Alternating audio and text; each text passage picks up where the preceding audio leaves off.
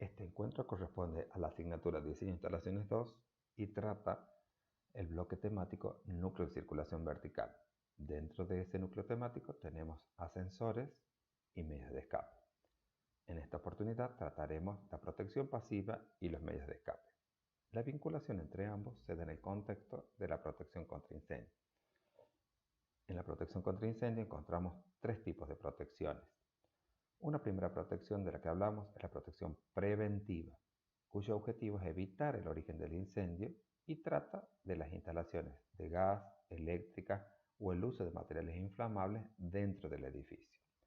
Luego tenemos la protección pasiva, cuyo objetivo es evitar la propagación del incendio y tiene que ver con la construcción de los edificios, la seguridad de evacuación de las personas mediante los denominados medios de escape. Es decir, en este punto es donde centramos nuestra atención cuando hablamos del diseño arquitectónico del edificio, al tener en cuenta qué sectorizaciones se pueden hacer dentro del edificio y qué tipos de medios de escape vamos a diseñar para el mismo. Finalmente está la protección activa, cuyo objetivo es la extinción de los incendios y trata sobre los sistemas fijos o manuales de extinción. En la protección pasiva, dijimos, desarrollaremos medios de escape. Los medios de escape adecuados para una protección pasiva tienen que tener en cuenta su diseño, la dimensión y el número de los mismos. Y su función es garantizar que conservarán la integridad física del medio de escape y las condiciones de uso normal, atendiendo a una determinada resistencia al fuego que deben tener los materiales que lo componen y a una sectorización que puede darse en planta para garantizar la salida rápida y segura de los habitantes del edificio hasta un lugar seguro. La propagación de un incendio, comenzado en cualquier local de un edificio en altura, comienza con una propagación horizontal, es decir, va dándose paulatinamente de un local a local, de local a circulaciones, a medida que va tomando elementos combustibles en su camino. Esa propagación horizontal sucede hasta que llega a los límites de los paramentos verticales, en cuyo caso comienza una propagación en horizontal y en vertical. En vertical se da por los paramentos exteriores a través de las aberturas que pueden ir destruyéndose al paso del incendio, y en el interior por medio de los conductos que llevan las instalaciones sanitarias, por ejemplo, o las cajas de ascensores, o eventualmente una caja de escalera que no estuviese suficientemente aislada. Y eso es lo que hace que un incendio pueda tomar el total de un edificio. Entonces, hablando del diseño del medio de escape, veremos por un lado que el dimensionado de los mismos es responsabilidad total del arquitecto y deriva de esa tarea de diseño y del ente regulador del área de higiene y seguridad que controla el diseño del mismo al aprobar los planos. Este dimensionado de los medios de escape tiene que ver con los cálculos que uno debe realizar previamente relacionando la población que se va a evacuar con el tiempo que llevaría una potencial evacuación de los mismos. En cuanto al número, las normas de higiene y seguridad prevén un número mínimo de medios de escape a proveerse en un edificio según sea su función, según sea el tipo de habitantes que lo componen y según sea el planteo de la planta en sí que debe resolver. ¿Cuáles son las condiciones que debe cumplir ese medio de escape? Bueno, debe proveer 3 tramos para posibilitar el escape. Un primer tramo en horizontal desde cualquiera de los locales hasta el medio de circulación vertical por el cual se descenderá, que en este caso tendrá que ser una escalera de medio de escape. Ese segundo tramo, que le llamamos tramo 2, será el tramo en vertical hasta llegar a la planta baja o a la planta en la que pueda salir del edificio hacia el exterior en un lugar seguro, en cuyo caso tenemos el tercer tramo. Por lo tanto, el medio de escape compone a estos 3 tramos que deben garantizar la salida segura de la gente al exterior. ¿Cuáles son las condiciones de estos medios de escape? En primer lugar, hablaremos en el tramo 1 de que las salas que se diseñan en la planta Si son salas grandes, deben requerir 2 o más puertas como medios de escape. Es decir, debe estar proporcionado el número de salidas de un local cualquiera con la cantidad de gente que van a albergar. Por otro lado, tenemos que tener en cuenta, como siempre, que los ascensores no cuentan como salida en el caso de un siniestro como un incendio. Solamente pueden utilizarse las escaleras.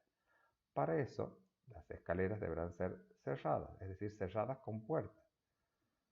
Los pasillos sin salida están limitados a un largo máximo de 6 metros, es decir, si el pasillo no tiene salida, no puede tener más de 6 metros de longitud. Y estas escaleras cerradas serán las que deban desplazarse a lo largo de todo el edificio en vertical hasta dar directamente al exterior o lo más directamente posible al llegar a una planta baja. Respecto de la escalera propiamente dicha, tenemos algunos de los elementos que debemos tener en cuenta. La puerta debe ser de cierre automático y resistente al fuego, la puerta que da sobre las escaleras. Los muros alrededor de los conductos y de la escalera deben ser de características no combustibles y componer muros cortafuegos. Asimismo, también debe preverse que las puertas de los ascensores sean resistentes al fuego. Esto es más que nada para que, en lo posible, el incendio cuando se propaga en su propagación horizontal no ingrese en el habitáculo o la caja de los ascensores y se desplace luego verticalmente, lo que se convertiría en una chimenea.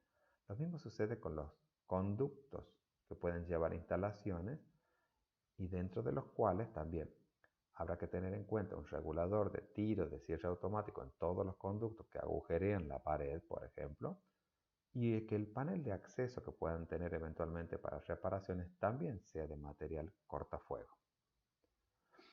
Hemos tenido experiencias muy trágicas en nuestro país en las cuales los medios de escape no estaban en condiciones o no estaban habilitados o no cumplían con la reglamentación correspondiente. Eso nos lleva a atender que en general los edificios pueden convertirse en trampas mortales si se desata el fuego. Es decir, las vías de escape son fundamentales en un edificio en altura. Cuanto más alto sea el edificio, más se debe atender a que esas vías de escape sean ágiles, rápidas, seguras. La atención de los bomberos es disponible en la mayoría de las ciudades, pero eso no garantiza que se pueda llegar a tiempo a atender los siniestros de un caso de incendio. Ha habido muchos casos que por un simple incendio ha demandado víctimas inútilmente. Este es un caso de un incendio en nuestra ciudad, en San Miguel de Tucumán, donde el problema fue de salvataje. Como podemos leer en estas noticias, problema para el salvataje, la escalera mecánica no alcanzaba para llegar hasta el 8º piso y las llamas se iniciaron en un edificio de calle 25 de Mayo, primera cuadra. Las personas que estaban atrapadas fueron eventualmente rescatadas por la sumatoria de unas escaleras que pudieron llegar. Es decir, no podemos confiar en la protección activa, es decir, la intervención de los bomberos o los medios móviles que se encuentran dentro del edificio, sino que desde la arquitectura hay que dar una primera respuesta con la protección pasiva. En ese sentido, cuando tratamos el diseño de un edificio, vemos los aspectos sociales, significativos, ambientales, estructurales, formales, estéticos, funcionales. Y un aspecto muy importante a tener en cuenta es el de la seguridad. Es decir, es probable que en la vida de un edificio no se utilicen durante muchos años los medios de escape o que no se utilice el servicio contra incendio instalado dentro del mismo. Pero lo cierto es que aquel día que es necesario es fundamental y que eso genera pautas que tienen que ver con el diseño del edificio. Es decir, involucra centralmente la actividad del profesional arquitecto. Cuando vamos a plantear el diseño de un edificio, generalmente tenemos un terreno y buscamos la forma de ocupación de ese terreno y aprovechamiento según sea el código de planeamiento urbano que tenemos, en este caso, San Miguel de Tucumán. Es decir, cuánto podemos ocupar de ese terreno y vamos planteándonos formas de ocupación de ese terreno para plantear, por ejemplo, un edificio en altura. Ese edificio en altura, a medida que vamos planteando alternativas, tendrá distintos aspectos a contemplar, por ejemplo, los aspectos formales, es decir, los aspectos que tienen que ver con la volumetría, el aspecto formal de un conjunto. Y evidentemente habrá una zonificación de áreas en planta que realizaremos pensando en los aspectos públicos, por ejemplo, de un departamento, las áreas privadas o las áreas de servicios.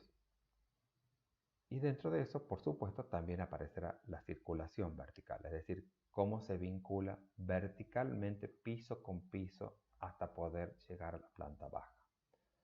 Entonces, independientemente de las formas que nosotros estemos planteando, siempre tendrán que estar atendidas la ubicación de la circulación vertical para prestar en el desempeño normal del edificio un buen servicio en cuanto a tiempos, que eso lo hemos visto en el tema ascensores. Pero también en el tema medios de escape vamos a ver la seguridad, aspecto de que hemos mencionado precedentemente y que tiene que ver centralmente con el diseño del edificio. Es decir, desde el mismo momento que nos planteamos una zonificación de aspectos funcionales, debemos tener en cuenta que habrá circulaciones en vertical. Unas serán para las personas y otras serán para los fluidos, por ejemplo. Entonces, habrá cajas y conductos de los que nos tenemos que ocupar. En cuanto a las cajas, tenemos escaleras y rampas, cajas de medida de escape, cajas de ascensores, cajas de montacarga, cajas de montaautos. En cuanto a los conductos, tendremos los conductos que portan las distintas instalaciones que proveen servicios a los departamentos o a las unidades locativas del edificio y aquellos que evacúan, sea humos y gases o ventilaciones o conductos de fluentes como cloacales o pluviales. Y entonces, cuando tratemos el tema de las cajas, tendremos que ver en cada uno de ellos su dimensionado. Por ejemplo, en escaleras y rampas veremos el cálculo del desarrollo de la rampa. En medios de escape veremos el dimensionado de la escalera. En ascensores, el dimensionado de la cabina y de la caja de ascensores. Y en el caso de montacarga y montaauto, el dimensionado de la jaula y la potencia de los motores necesarios. Entonces, en el dimensionado de la escalera de medios de escape, veremos, tomando un ejemplo cualquiera de un edificio, esta es la planta de un edificio en altura de vivienda. Tendremos, por un lado, los departamentos que pretendemos servir, luego el núcleo de circulación vertical y tomaremos de todo eso para el dimensionado, tendremos en cuenta, mostramos finalmente los servicios y los conductos, también verticales, por los cuales se desplazan las instalaciones y que podrán ir ubicándose según sea necesario en distintas posiciones dentro del edificio. Ahora bien, para determinar la superficie total edificada en el caso de un medio de escape, solo se tendrá en cuenta el área ocupada por las viviendas, es decir, que la de la superficie total vamos a descontar los medios de escape, ¿sí?, y los núcleos sanitarios y de circulaciones.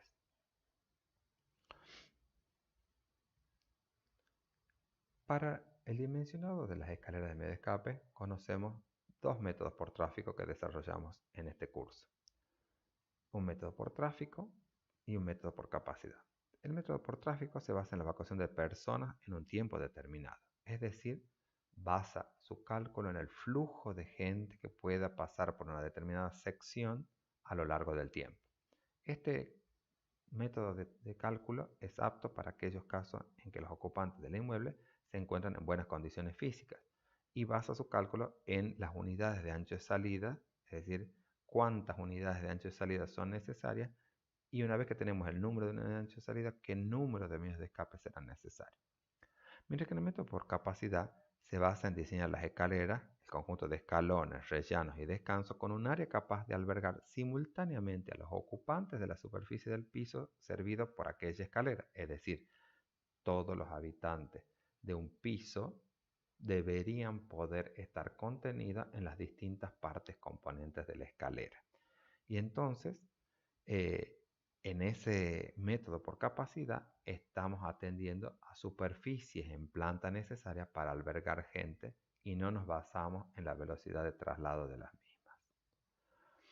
Desarrollaremos acá primero el método por tráfico.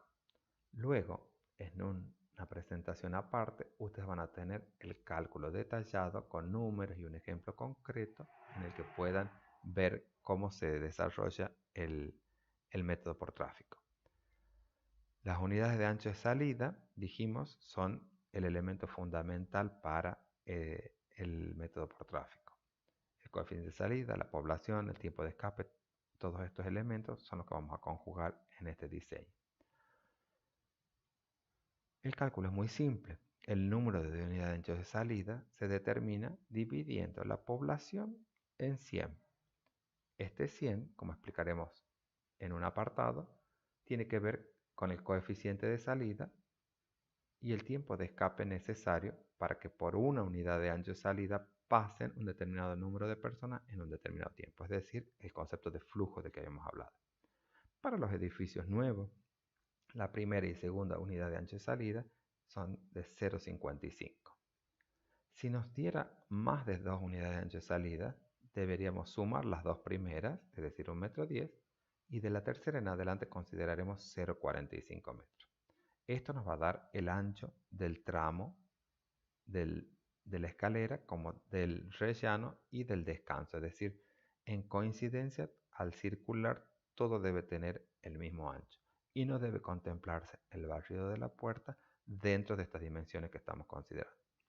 A su vez, el número de medios de escape se determinará por medio de, si tuviésemos más de 3 unidades de ancho de salida, veremos si yo reemplazo el número de unidades de ancho de salida en esta expresión, tenemos que, supongamos, 4 unidades de ancho de salida dividido en 4 me da 1 más 1, 2. Quiere decir que cuando yo tenga 4 unidades de ancho de salida ya voy a necesitar 2 medios de escape.